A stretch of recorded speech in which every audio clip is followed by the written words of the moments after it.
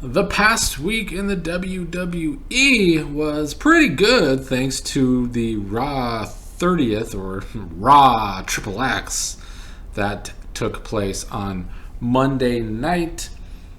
For the past several years now, when they put veterans on the show, it just doesn't click. It just kind of, they have some bad skits backstage, which we kind of got with the poker stuff this go round, but it also at least makes sense when it's APA related. But we also got some great segments this go around with some of the vets from the past. But before we get into all that, I do want to talk about some of the other big points coming out of 30 years of Raw. And that starts with the Bloodline segment that kicked off Raw, which once again showed how great of a story this truly has been. Definitely one of the better stories in pro wrestling over the past decade, to say the least. Probably even longer than that.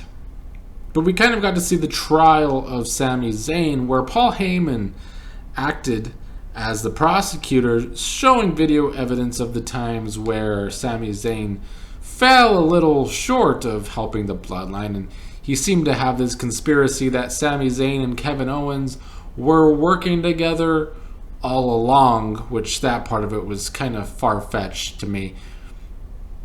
But the beauty of this segment is that when Roman Reigns first found Sami guilty and was going to have Solo Sikoa hurt him, it was Jey Uso that stepped up to stop that from happening. After the past between Sami and Jey for months and months, where Jey was the most untrustworthy of Sami, to now see him being Sami's protector was good stuff. It was basically a full circle moment there, and then he has evidence of all the time Sami did help the Bloodline.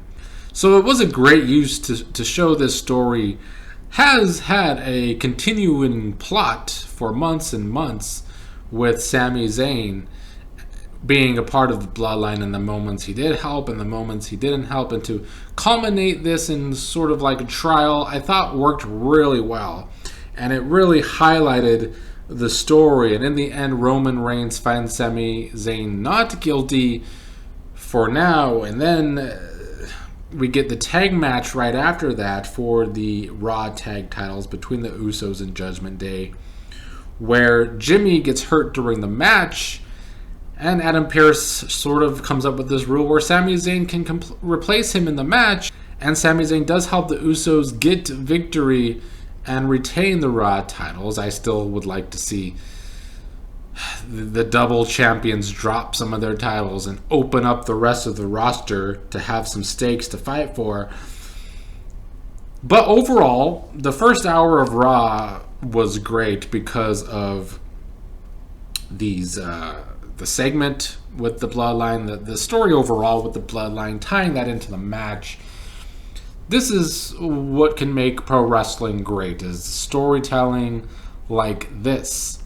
We also follow that up soon after with LA Knight cutting a great promo about how he's not afraid of Bray Wyatt, and he's calling out any veteran to come out, and out comes The Undertaker, the American badass version of The Undertaker, which LA Knight does eventually kind of run from or walk away to the back, only to be stopped by Bray Wyatt.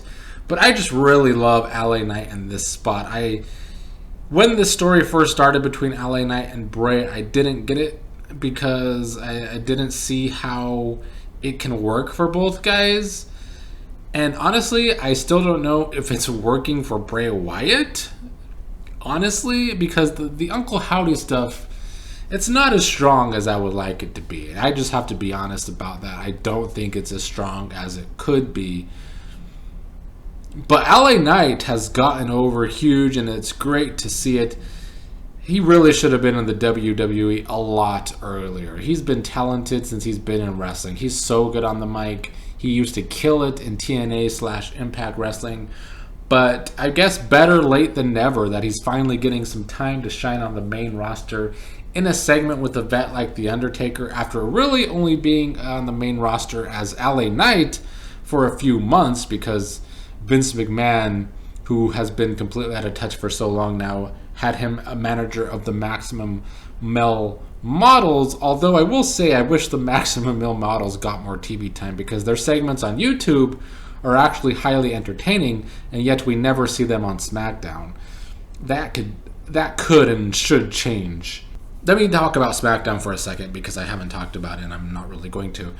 The tag tournament really makes for boring TV. We just had the Smackdown World Cup tournament a couple months ago. To follow up with that on another tournament doesn't make for good viewing, in my opinion. And I would rather see Maximum Male Models in segments rather than in boring, quick matches on SmackDown. But anyway, enough of that rant. Let's get back to an actually good Raw. Now, I saw a lot of complaints for the next thing I'm going to talk about, and that was the cage match not happening between Becky Lynch and Bailey. The main point that I can agree with is that the women roster and past women veterans were not represented on Raw basically at all, outside of Alundra Blaze, who, let's face it, was not on Raw very often, if at all. So, to point that out, being upset that the women didn't really get a lot of time on Raw, I could completely understand that.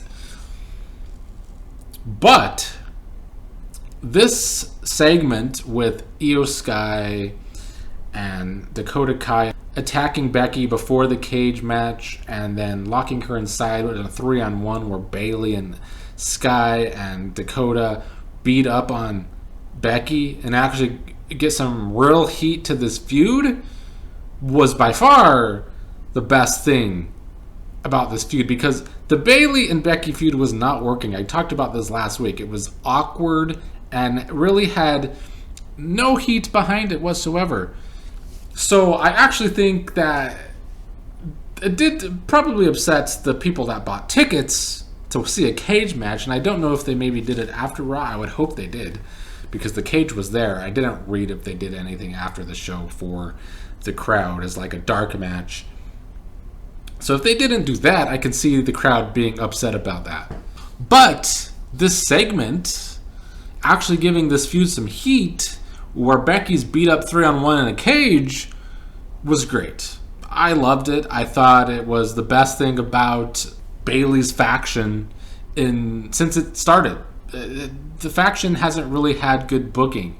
So this actually gave it some heat behind the faction and gave us some actually meaningful stuff to the feud, rather than it just being a cage match that didn't really have a good build in the first place.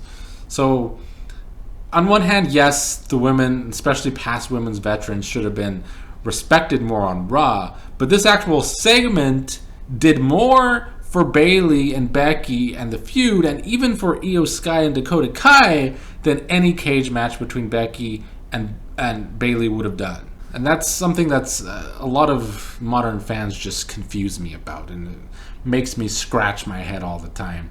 The DX segment with Kurt Angle kind of joining DX and having a confrontation with Imperium was also pretty entertaining.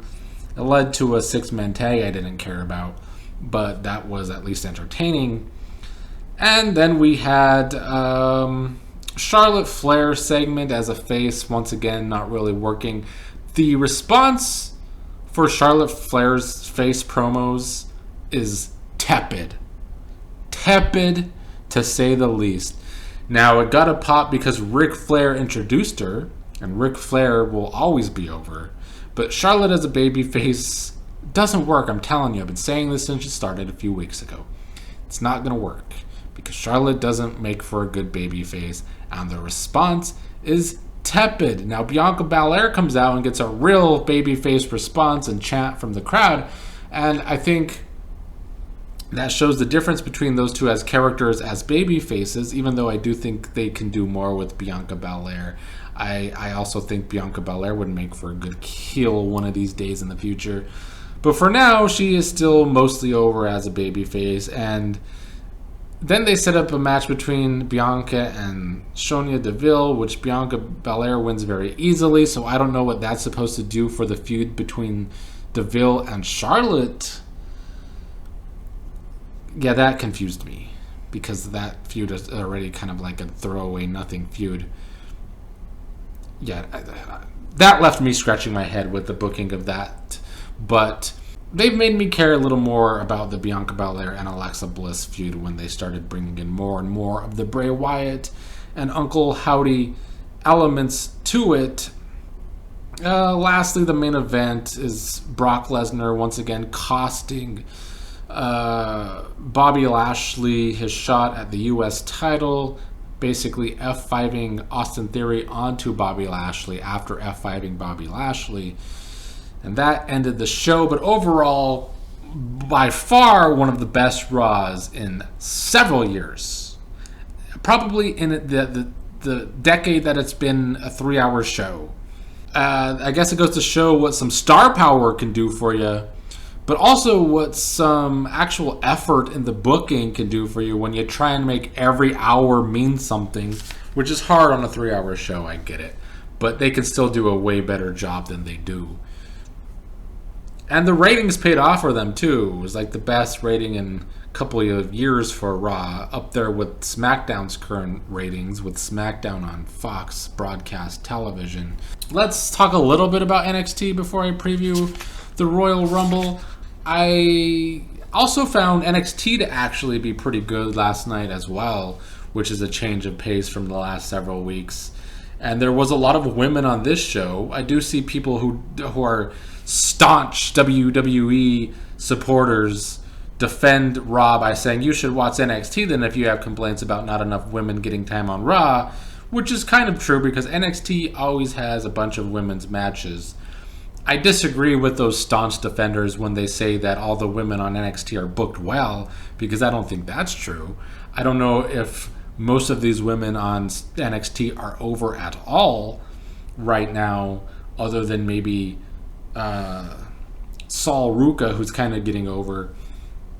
But a lot of the other women's feuds I'm not really into. I get Gigi and JC faking like they're having problems so that they can double team Roxanne Perez at the contract signing. That worked in the end. I think the best thing that NXT did, though, was have that brawl or kind of fight between Grayson Waller and Braun Breaker at the Performance Center, and they had multiple people record it live on like Instagram, and then they tied together and edited together a great opening to NXT showing that fight from different perspectives and different recordings. That was a good idea, a great use of social media, and it finally made me care about that feud because I wasn't really caring about it at all. And later they also had another great segment where Breaker goes to like spear Grayson and then injures himself. He basically knocks himself out going through the barricade. That was also a great segment. So I think what NXT did last night is they made me care a little bit more about some of the feuds they've been putting on and some of the wrestlers in general. Like, I've really been enjoying Drew Gulak on NXT for weeks now. He's been one of the best things. He was again last night. But last night they finally made me more interested in not only the women's title coming up at their next NXT special event, but especially the Grayson Waller and Braun Breaker match. The Royal Rumble is this weekend.